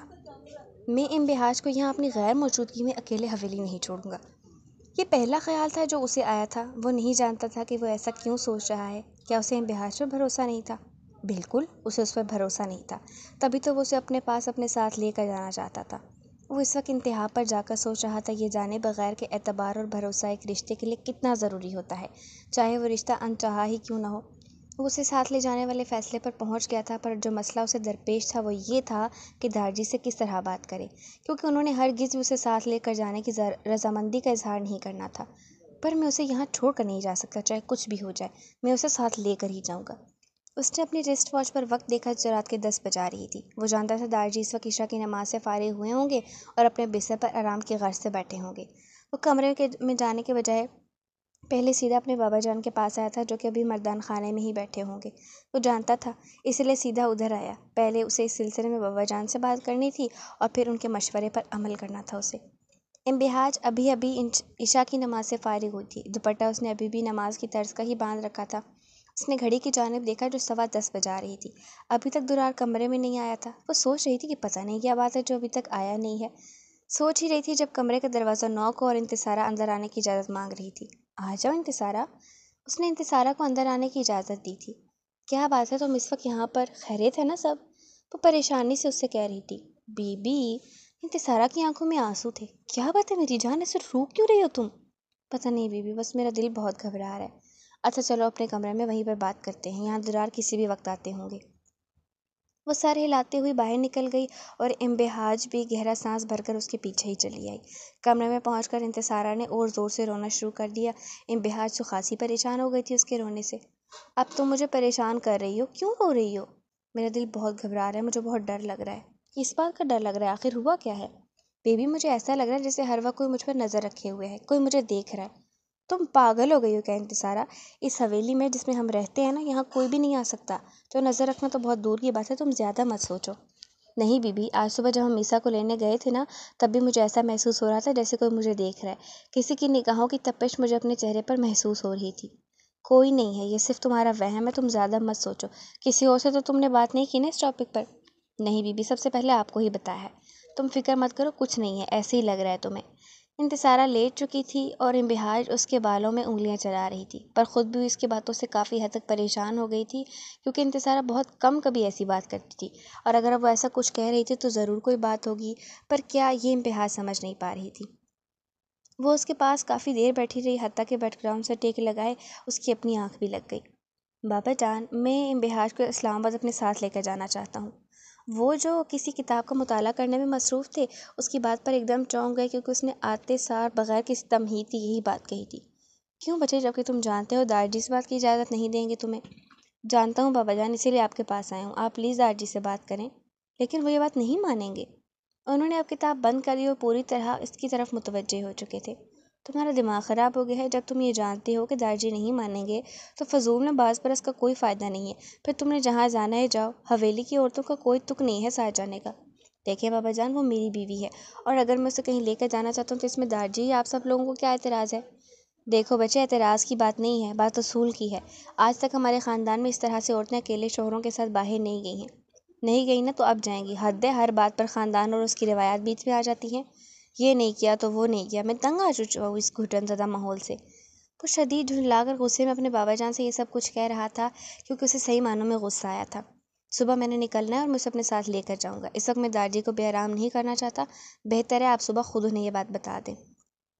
وہ اپنی بات کہہ کر رکا نہیں بلکہ وہاں سے نکل گیا، جبکہ پیر خان ہکا بکا بیٹھے رہ گئے۔ وہ اپنے بیٹے کو جانتے تھے، اگر وہ کچھ کرنے کا ارادہ کر لیتا تھا تو پھر اسے کوئی روک نہیں سکتا تھا، اور یہ فکر انہیں کھائی جا رہی تھی کہ وہ صبح دارجی کو کیا کہیں گے۔ درار بھی ان کی زندگی میں ایک بہت بڑی آزمائش کی طرح تھا۔ وہ خود اتنے نرم دل اور پولائٹ نیچر کے تھے اور ان کے باقی کے 2 بیٹے بھی، پر یہ درار پتہ نہیں کس پر سے چلا گیا، اتنا ضدی، اکڑو اور سخت طبیعت کا مالک ہے۔ وہ یہ سب بس سوچ کر رہ گئے، حقیقی معنوں میں بے حد پریشان تھے۔ انہوں نے کتاب بند کی اور مردان خانے سے اوپر سیڑھیوں کی جانب اپنے کمرے کی طرف چل دیے۔ سبھی ابھی ابھی محجب کے کمرے میں آیا تھا۔ وہ محجب کو کچھ پریشان لگ رہا تھا۔ محجب اس کے چہرے کے اتار چڑھاؤ بڑے غور سے دیکھ رہا تھا۔ جب وہ بہت دیر تک کچھ نہ بولا تو آخر کو محجب جھنجلا کر بول پڑا، کیا تکلیف ہے تجھے؟ یہاں کیا مون ورث رکھ کر آئے جو تیری زبان ہی نہیں چل رہی ہے؟ وہ شدید خوف سے اب بول رہا تھا۔ اس نے اس کے بولنے کا انتظار کیا مگر دوسری طرف ابھی بھی ہنوز خاموشی ہی تھی۔ محجب نے تنگ آ کر اپنے پیچھے سے تکیہ نکال کر سبھی کی طرف اچھالا، جس پر وہ ایک دم ہڑبڑا کر ہوش کی دنیا میں واپس آیا۔ کیا ہے یار، کیوں تنگ کر رہا ہے؟ وہ بےچارگی سے منہ بنائے اسے کہہ رہا تھا۔ یہاں میرے کمرے میں کیا لینے آیا ہے؟ بتا، اگر ایسے ہی منہ سی کے بیٹھنا ہے تو دروازہ وہ ہے، دفع ہو سکتے ہیں آپ۔ اب سبھی کو بھی محجب پر غصہ آیا تھا۔ یار میں بس سوچ رہا تھا کہ یہ ماما کیا میرے خط کا جواب دے گی؟ بس یہی بات لے کر تو 2 گھنٹے سے سسپینس کریٹ کر کے بیٹھا ہوا تھا، 19ویں صدی کا اداس ہیرو لگ رہا ہے۔ بکواس نہ کر یار بھائی، سیدھی سی بات ہے، نہ جواب دیا تو نہ صحیح، کوئی بات نہیں، آنا تو اس نے تیرے پاس ہی ہے، سارے حساب برابر کر لینا۔ ہاں بس کوئی ڈھنگ کا مشورہ نہ دینا، یہ فضول بکواس کروا لو تو اس سے۔ سبھی اس کے پاس اٹھ کر اب باہر کی طرف جا رہا تھا۔ آپ کدھر جا رہے ہیں؟ مجھے مسکراہٹ دبا کر اس سے پوچھ رہا تھا۔ جہنم میں۔ جواب وہی سڑا ہوا آیا تھا جس کی وہ توقع کر رہا تھا۔ دھیان سے جانا، کہیں آگ کی زیادہ لپیٹ میں نہ جانا۔ محجب کی کہکا لگاتی آواز نے اس کا دور تک پیچھا کیا تھا جب تک وہ اسے کمرے سے نکل نہیں گیا تھا۔ درار بھی ابھی دروازہ کھول کر اپنے کمرے میں داخل ہوا تھا۔ دیکھا تو کمرہ بالکل خالی تھا۔ وہ سمجھا شاید امبہاج واش روم میں ہوگی۔ اس نے کچھ دیر انتظار کیا لیکن جب واش روم سے کوئی باہر نہ آیا تو وہ خود کمرے کا دروازہ کھول کر اس کی تلاش میں باہر نکل گیا۔ دیکھا تو وہ سامنے اپنے پوشن سے آ رہی تھی۔ سنہرے بال اس وقت ڈھیلے جوڑے کی شکل میں بندھے ہوئے تھے۔ نیند سے اس کی گہری سمندری آنکھیں بوجھل ہو رہی تھیں۔ وہ سبھی کی کوئی بات سن رہی تھی۔ درار بھی ان دونوں کے قریب ہی چلا گیا۔ بیبی، مجھے بتانا یاد ہی نہیں رہا آپ کو کہ آج آپ کا رزلٹ آؤٹ ہوا ہے؟ اوہ ہاں، کیا آیا پھر؟ وہ اسے پوچھ رہی تھی تب تک درار دونوں کے پاس پہنچ چکا تھا۔ کہاں تھی تم اس وقت؟ سوال سنجیدگی سے پوچھا گیا تھا۔ وہ میں انتصارہ کے پاس تھی۔ جواب اس نے بھی ذرا ڈرتے ڈرتے ہی دیا تھا۔ چھوڑے لالا، سنے بیبی نے یونیورسٹی میں ٹاپ کیا ہے۔ وہ خوش ہوتے ہوئے اسے بتا رہا تھا۔ اچھا، دیٹس گریٹ، کیا پڑھ رہی تھیں ویسے آپ؟ اس کی ٹون ایک دم بدلی تھی۔ English literature. انٹرسٹنگ۔ اب وہ اس کا مکمل جائزہ لے رہا تھا۔ By the way, congratulations. اس نے امبہاج کے آگے اپنا ہاتھ کیا اور امبہاج حیرت و صدمے سے کبھی درار کی طرف دیکھ رہی تھی، کبھی اس کے بڑھے ہوئے ہاتھ کی طرف۔ کچھ دیر میں اس نے خود کو کنٹرول کیا اور درار کا بڑھا ہوا ہاتھ تھام لیا تھا۔ تھینکس۔ سبھی ان دونوں کو دیکھ رہا تھا اور درار سبھی کی موجودگی بالکل فراموش کیے ہوئے تھا۔ اچانک سبھی نے گلا کھنکار کر اپنی موجودگی کا احساس دلایا تو امبہاج نے اپنا ہاتھ درار کے ہاتھ سے آزاد کرا لیا۔ اوکے، میں روم میں آپ کا ویٹ کر رہا ہوں، آپ فریق ہو کر آ جائیے گا۔ درار امبہاج سے کہہ کر اب سبھی کی جانب متوجہ ہوا تھا۔ اچھا یار، بہت لیٹ ہو گیا، میں تم سے بعد میں ملتا ہوں۔ ہاں اوکے لالا، آپ ریسٹ کریں۔ سبھی سے ہائی فائی کرنے کے بعد درار امبہاج پر ایک نظر ڈال کر اپنے کمرے کی جانب بڑھ گیا۔ امبہاج درار کے جانے کے بعد صفی کی طرف متوجہ ہوئی۔ کیا بات ہے، تھکے تھکے لگ رہے ہو؟ نہیں، ایسی تو کوئی بھی بات نہیں ہے، میں ٹھیک ہوں۔ Are you sure? Yes. Okay جاؤ، جا کر سو جاؤ۔ وہ سر ہلاتا ہوا آگے بڑھ گیا اور امبہاج بھی اپنے کمرے کی جانب چل دی۔ وہ دھڑکتے دل کے ساتھ کمرے کا دروازہ کھول کر اندر داخل ہوئی۔ کمرے میں نیم اندھیرا تھا اور درار بیڈ پر نیم دراز تھا۔ انبہار ڈریسنگ کنسول کی طرف بڑھی اور وہاں سے لوشن کی بوتل اٹھا کر بیٹھ کی جانب آئی۔ دوپٹہ اس نے سر سے اتار کر گلے میں لیا، سنہرے بال ہنوز جوڑے میں بندھے ہوئے تھے۔ درار بظاہر آنکھیں بند کیے لیٹا ہوا تھا، لیکن وہ انبہاج کو ہی ملاحظہ کر رہا تھا۔ اب اپنے دونوں ہاتھوں پر اچھے سے لوشن لگا رہی تھی۔ درار کی نظر اس کے ہاتھوں پر گئی۔ بلا شبہ وہ ہاتھ بے پناہ خوبصورت تھے۔ لوشن لگانے کے بعد اس نے بوتل بند کر کے سائڈ ٹیبل پر رکھی اور دوپٹہ اتار کر اپنے سرہانے رکھا۔ وہ سمجھ گئی تھی کہ درار شاید سو گیا ہے، لیکن اسے جھٹکا لگا جب درار نے آنکھیں کھول کر رخ اس کی جانب کیا تھا۔ صبح میسر اسلام آباد چل رہی ہیں۔ اس نے اسے اطلاع فراہم کی۔ انبہار جو بالکل سیدھی لیٹی تھی ایک دم چونک کر اس کی جانب مڑی اور حیرت سے اس کی جانب دیکھا۔ میں کیسے جا سکتی ہوں؟ میرا مطلب ہے کہ میں اس طرح سے… وہ اب صحیح معنوں میں پریشان ہوئی تھی۔ کیسے جا سکتی ہوں کا کیا مطلب ہے؟ میرے ساتھ جائیں گی؟ لیکن میں اس طرح سے کبھی باہر نہیں گئی۔ وہ بےچارگی سے کہہ رہی تھی۔ ہاں تو کوئی بات نہیں، آپ چلے جائیے گا۔ وہ بھی کندھے اٹھا کر اسے ایسے کہہ رہا تھا جیسے لندن میں ہو اور کسی گرل فرینڈ کو ڈیٹ پر لے جانے کی بات ہو رہی ہو۔ دارجی کبھی اجازت نہیں دیں گے، آپ سمجھ کیوں نہیں رہے؟ دارجی سے اجازت مانگ کون رہا ہے؟ کیا مطلب؟ اب صحیح معنوں میں اس کی ہوائیاں اڑی تھی۔ مطلب کہ میں انہیں نہیں بتا رہا۔ ایسے کیسے میں آپ کے ساتھ جا سکتی ہوں؟ کیوں، میرے ساتھ جانے میں کیا پرابلم ہے آپ کو؟ وہ اٹھ بیٹھا اور ماتھے پر بل ڈال کر اس کی جانب دیکھ رہا تھا۔ اس کے چہرے کے تاثرات اس قدر سنجیدہ اور سخت تھے کہ انبہاج بے حد سہم گئی تھی، کیونکہ وہ درار کے تیوروں سے خوفزدہ ہو گئی تھی۔ میں دارجی کی اجازت کے بغیر نہیں جا سکتی۔ اس نے آخر ٹھہر ٹھہر کر اس سے وہ بول دیا جو کب سے اسے کہنے کی کوشش کر رہی تھی۔ اس کے کہنے کی دیر تھی۔ درار کا پارا تو 7ویں آسمان پر پہنچا تھا۔ وہ جارحانہ تیور لیے اس کی جانب دیکھ رہا تھا۔ ایک پل میں درار نے اسے اپنی جانب کھینچا تھا اور وہ حواس باختگی سے اس کے سینے سے لگی۔ درار نے اس کے جوڑے سے نکلتے ہوئے لٹوں کو اس کے کانوں کے پیچھے کیا اور پھر غصے سے اس کے کان میں سرگوشی کی تھی۔ مجھے مجبور مت کرو کہ میں تم سے سختی سے پیش آؤں اور اپنے پینڈنگ حقوق تم سے جلد سود سمیت حاصل کر لوں، اور یاد رکھنا تم مجھے روک نہیں پاؤ گی، اس لیے اگر خود کی خیریت چاہتی ہو تو جو میں نے کہا ہے اس پر عمل کرنا، سمجھی؟ نو مور ایکسکیوز۔ وہ اپنی بات ختم کر کے اس سے پیچھے ہٹ گیا تھا، جبکہ انبہاج تو حیرت و صدمے سے گنگ رہ گئی تھی۔ اس کی بات سن کر ہی انبہاج کی ریڑھ کی ہڈی میں خوف سے سنسناہٹ ہوئی تھی۔ اس نے دوبارہ درار کی جانب دیکھنے کی ہمت نہیں کی تھی۔ وہ رخ موڑ کر لیٹ گئی۔ کہیں اس کی کہی ہوئی باتیں ابھی بھی اس کے کانوں میں گونج رہی تھیں۔ وہ یہی سوچتے سوچتے نیند کی وادیوں میں اتر گئی تھی۔ عشق جبر مسلسل، یادیں قہر مسلسل، جدائی زہر مسلسل، جینا صبر مسلسل، دھڑکن بے چین مسلسل، آنکھیں نم مسلسل، سانسیں ناہموار مسلسل، عشق ذات کا سحر مسلسل، عشق تجھ پر فدا مسلسل۔ ایمن خان۔ حویلی سے واپس آ کر میسا سیدھا اپنے کمرے میں گئی تھی، کیونکہ رات کو سب سونے کے لیے اپنے اپنے کمروں میں چلے گئے تو وہ بھی سیدھا اپنے کمرے میں ہی آ گئی۔ سب سے پہلے اس نے چادر اتار کر صوفے پر پھینکنے کے انداز میں رکھی اور خود واش روم میں فریش ہونے چلی گئی۔ فریش ہو کر باہر نکلی۔ وہ ڈھیلے پنک کرتے میں ملبوس تھی۔ چہرہ وضو کرنے کی وجہ سے بھیگا ہوا تھا، کیونکہ واپس آنے کے چکر میں ابھی تک اس نے عشاء کی نماز ادا نہیں کی تھی۔ اس نے ایک طرف جائے نماز بچھا کر 4 رکعت فرض کی نیت باندھی اور نماز پڑھنی شروع کر دی۔ وہ بھی سجدے میں تھی جب ذکوان کمرے کا دروازہ کھول کر اندر داخل ہوا۔ اسے نماز پڑھتا ہوا دیکھ کر وہیں رک گیا۔ ایک دم اسے میسا سے بے پناہ پاکیزگی کا احساس ہوا تھا، جیسا اسے ہمیشہ اپنی مورے اور بہن کو نماز پڑھتے ہوئے دیکھ کر ہوتا تھا۔ اور وہ خود نماز نہیں پڑھتا تھا، لیکن اپنے قریبی رشتوں کو اللہ کے حضور کھڑے دیکھ کر اسے ایک عجیب سا سکون میسر ہوتا تھا۔ اب بھی اس کا دل چاہ رہا تھا وہ میسا کو نماز پڑھتے ہوئے دیکھتا رہے۔ وہ صوفے پر بیٹھ گیا جہاں اس کی چادر پڑی ہوئی تھی۔ ذکوان نے اس کی چادر تھام کر سائڈ پر رکھی اور خود بیٹھ کر اسے دیکھنے لگا۔ نماز پڑھتے ہوئے میسا کو خود پر کسی کی نظروں کا گمان ہو رہا تھا۔ اس نے سلام پھیر کر دیکھا تو ذکوان اسے ہی دیکھ رہا تھا۔ ایسے کیا دیکھ رہے ہیں آپ؟ اس نے نظروں سے کنفیوز ہو کر پوچھ ہی لیا۔ دیکھ رہا ہوں انسان نماز پڑھتے ہوئے کتنا پرسکون لگتا ہے نا۔ وہ اب صوفے سے اٹھ کر اس کے پاس آ کر نیچے بیٹھ گیا۔ پہلی بار میسا یہ سوچنے پر مجبور ہوئی تھی کہ جیسا کوئی انسان باہر سے دکھتا ہے ویسا وہ اندر سے نہیں ہوتا۔ اسے بھی اس وقت ذکوان معصوم لگا تھا۔ آپ خود کیوں نہیں نماز پڑھتے؟ سوال پوچھ کر میسا نے کچھ دیر جواب کا انتظار کیا، مگر وہ خاموش رہا۔ جب اس نے جواب کی امید چھوڑ دی تو وہ بولا تھا اور اس کی آواز نے میسا کو عجیب سا تاثر دیا تھا، کیونکہ مجھے کسی کے آگے ہاتھ پھیلانا پسند نہیں ہے۔ اس کی یہ بات سن کر میسا کا لنگ لمحوں میں فق ہوا تھا۔ اسے کبھی بھی ذکوان سے یہ امید نہیں تھی کہ وہ اس قسم کی کوئی بات کرے گا۔ وہ کسی تو نہیں ہے، وہ تو اللہ ہے نا جس نے ہم سب کو پیدا کیا ہے، پھر اس کے آگے ہاتھ پھیلانے میں کیسی قباحت، کیسی شرم۔ میں تمہیں جواب دہ نہیں ہوں، لہٰذا بہتر ہے اپنا منہ بند رکھو۔ وہ ایک دم غصے میں آیا تھا۔ اللہ سے مانگنے میں کوئی آر کوئی شرم نہیں ہونی چاہیے انسان کو۔ وہ تو انسان کا ظاہر اور باطن جانتا ہے، تو پھر اس کے سامنے انسان نہ کھولے تو کس کے سامنے اپنا آپ عیاں کرے؟ وہ پھر انسان کو وہ کچھ کیوں نہیں دیتا جس کی وہ خواہش کرتا ہے، چاہے مانگا ہو، لیکن دل تو جانتا ہے نا۔ وہ اب غصے میں اس سے کہہ رہا تھا، کیونکہ انتظار کرتا ہے کہ کب میرا بندہ مجھ سے مانگے اور میں اسے عطا کروں۔ یہ سب باتیں فضول کی ہیں۔ وہ اب تمسخر سے ہنس رہا تھا۔ اس کے اس طرح ہنسنے پر میسا کو بہت برا لگا تھا کہ وہ خود کو تلخ ہونے سے روک نہ پائی تھی۔ یہ غرور نا ایک دن آپ کو لے ڈوبے گا، اللہ کو سخت ناپسند ہے غرور۔ وہ اس کی بات سن کر ایک دم اشتعال میں آیا اور آگے بڑھ کر میسا کا منہ پکڑا تھا۔ اس کی گرفت بہت زیادہ مضبوط تھی اور آنکھیں شعلے اگل رہی تھیں۔ ایک پل کو میسا کانپ گئی تھی۔ اپنی بکواس بند کرو ورنہ تمہارا گلا دبانے میں مجھے نہ تو کوئی دیر لگے گی اور نہ ہی کوئی آر محسوس ہوگی۔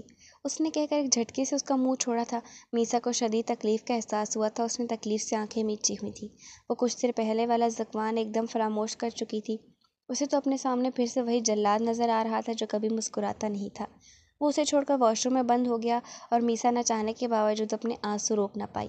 وہ جائے نماز طے کر کے بیڈ کی جانب بڑھی اور دوپٹہ ایک طرف رکھ کر تکیے میں منہ چھپا گئی۔ اسے نہیں معلوم ہوا تھا کہ وہ کس وقت واش روم سے باہر آیا، کیونکہ وہ آنسو بہاتی بہاتی تھک کر سو گئی تھی۔ انتصارہ ساری رات ایک ہی انجانے خوف کے سائے تلے رہی۔ اس نے اس بات کا اتنا اثر لے لیا کہ وہ رات بھر شدید بخار میں مبتلا رہی۔ وہ ایسی ہی تھی، چھوٹی چھوٹی باتوں کو سر پر سوال کرنے والی۔ اب بھی وہ بخار میں مبتلا تھی، جس کے باعث اس کی نماز بھی قضا ہو گئی تھی۔ وہ ابھی تک اوندھے منہ بستر پر پڑی ہوئی تھی۔ یونیورسٹی جانا تھا لیکن اس کا سر اتنا بھاری تھا کہ اٹھ ہی نہ پائی۔ 2 بار گلبانو آ کر اسے اٹھا چکی لیکن وہ جوں کی توں لیٹی رہ گئی تھی۔ چھوٹی بیگم! گلبانو رحمہ بانو کو پکارتی ہوئی باورچی خانے میں آ گئی، جو ناشتہ بناتی درخنے کو ہدایت جاری کر رہی تھی جو کہ مردان خانے میں جانا تھا۔ ہاں گلبانو، کیا بات ہے؟ وہ جی 3 بار انتصارہ بیوی کو جگا چکی پر اپنی جگہ سے ہلی نہیں۔